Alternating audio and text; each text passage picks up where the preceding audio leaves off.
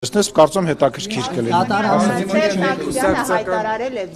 Սերժ Սարգսյանը հայտարարել է, որ Մեղրիի հարցով խիստ տագնապներ ունի։ Ձեր թոշակ բարձրացնելը ժուլիկություն է, ընտրություններն արդեն վաղուց է կեղծվել, եւ այս ամենով հանդերձ բնականաբար դուք չպետք է լինեք այլևս իշխանության։ Ես առաջարկում Սերժ Սարգսյանը հաճախ հարցազրույց տա եւ մասնակցի ընտրություններին, եթե կարող է։ Սերժ Սարգսյանին որպես քաղաքական անցյալ են վերաբերվում, Սերժ Սարգսյան քաղաքական գործիչ քաղաքական դաշտում գոյություն չունի, չի կարող ունենալ, այդ մարդը մերժված մնալու է պատմության մեջ, ինքը մերժվածն է։ Ես մերժվածների հետ կապված հիմա абսուրդ բանը, impeachment, Մեղրի, ինչի մասին է խոսում։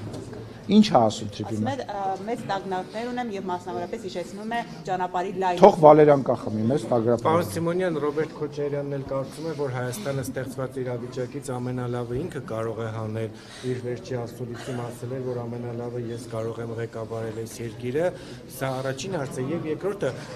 տարբեր փորձագետներ նշում են, որ ներկուսակցական քարոզարշավի շրջանակներում ԿՊ-ն իրապես քարոզարշավ է իրականացնում, դեռևս նախընտրական քարոզարշավը չսկսված, ասում են գնում են մարզեր, փորձում են ընկած վարկանիշը բարձրացնել։ Ռոբերտ Քոչարյանը թող նախ կարողանա Հայաստան խմբակցությունը ղեկավարի,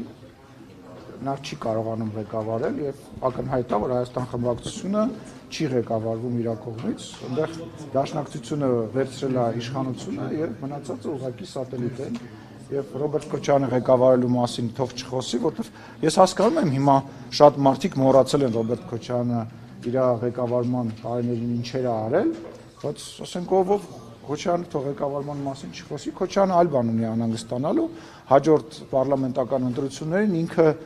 հատելու է շեմը դաշնակցության հետ եւ հայտնելու է պարլամենտում թե իր ամբողջ ընդդիմադիր ռեսուրսը, որը որ հայկական դաշտում կա, այլ կուսակցություններ են վերցնելու իմ տվյալներով, իմ ինֆորմացիայով միանշանակ այդ խնդիրը ինքը ունի եւ այն ռեսուրսը, որը որ այն ընդդիմադիր Հայաստանի Հանրապետություն կան ինչ-որ մարդիկ, որոնք ընտրում են իշխանություն եւ կան մարդիկ, որոնք ընտրում են ընդդիմություն, հա 2021 թվականին 21%, եթե չեմ սխալվում, ընտրեց Ռոբերտ Քոչարյանին եւ Հայաստան դաշինքը, այսօր ակնհայտ է, որ հաջորդ գալիք ընտրություններին այդ 21%-ի առույցի բաժինը այլևս Քոչարյանին ձայն չի տալու եւ իր ձայնը տալու է այլ ընդդիմադիր կուսակցությանը եւ սրա մասին Ռոբերտ Քոչարյանը շատ լավ գիտի, դրա համար ասուլիս է տալիս եւ իրեն առաջարկում է որպես վարչապետի տեխնացու, չեմ բացառում, որ իր անձի շուրջ էր որ խոսում է անձը նայենք ռեյտինգը եւ այլը, ինքը կարող է եւ տենց հավակնություններ ունենա, բայց ինքը պարլամենտ անցնելու խնդիր ունի, հələ թող նա դրանով զբաղվի, նոր Իսկ երկրորդ հարցի վերաբերյալ տեսեք, ես այնուամենայնիվ ինչ որ քաղաքական գիտելիքներ ունեմ, չէ, ինֆորմացիա ունեմ, ես վստահ եմ, որ 2-3 ընդդիմադիր ուժ կարող են հատել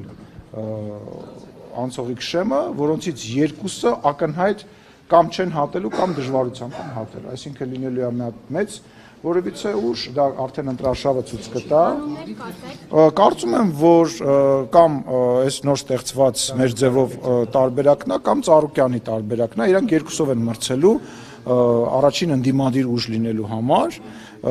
Քոչարյանը, թե որտեվ իրանք երկուսն է ձայն են տանելու եւ ձայն են տարել Հայաստան դաշինքի այդ, այսպես ասած, ընտրազանգվածից, իրանք են իրար հետ մրցելու, թե ով առաջի տեղը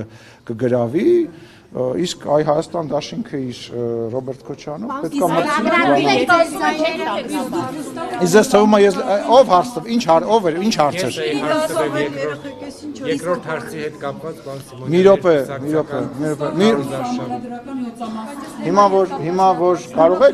Կարող եք լռել,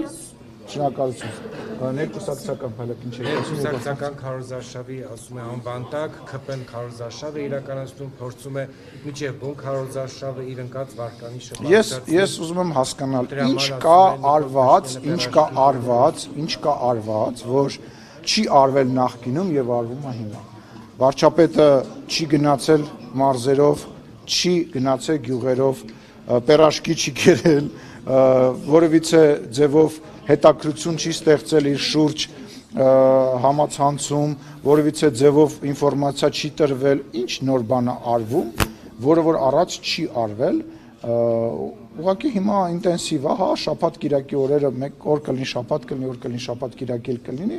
ներկուսակցական դուք տեսնում եք, որ ուժեղ պայքար է գնում, քննարկում եք այդ պայքարը, ընտրություններ են տեղի ունենում։ Դա աշխարհում որոշ երկրներում ընդունված պրակտիկա է, հա, Ամերիկայում որ ներկուսակցական այդ քարոզարշավը սկսում է, ոչ մեկ չի ասում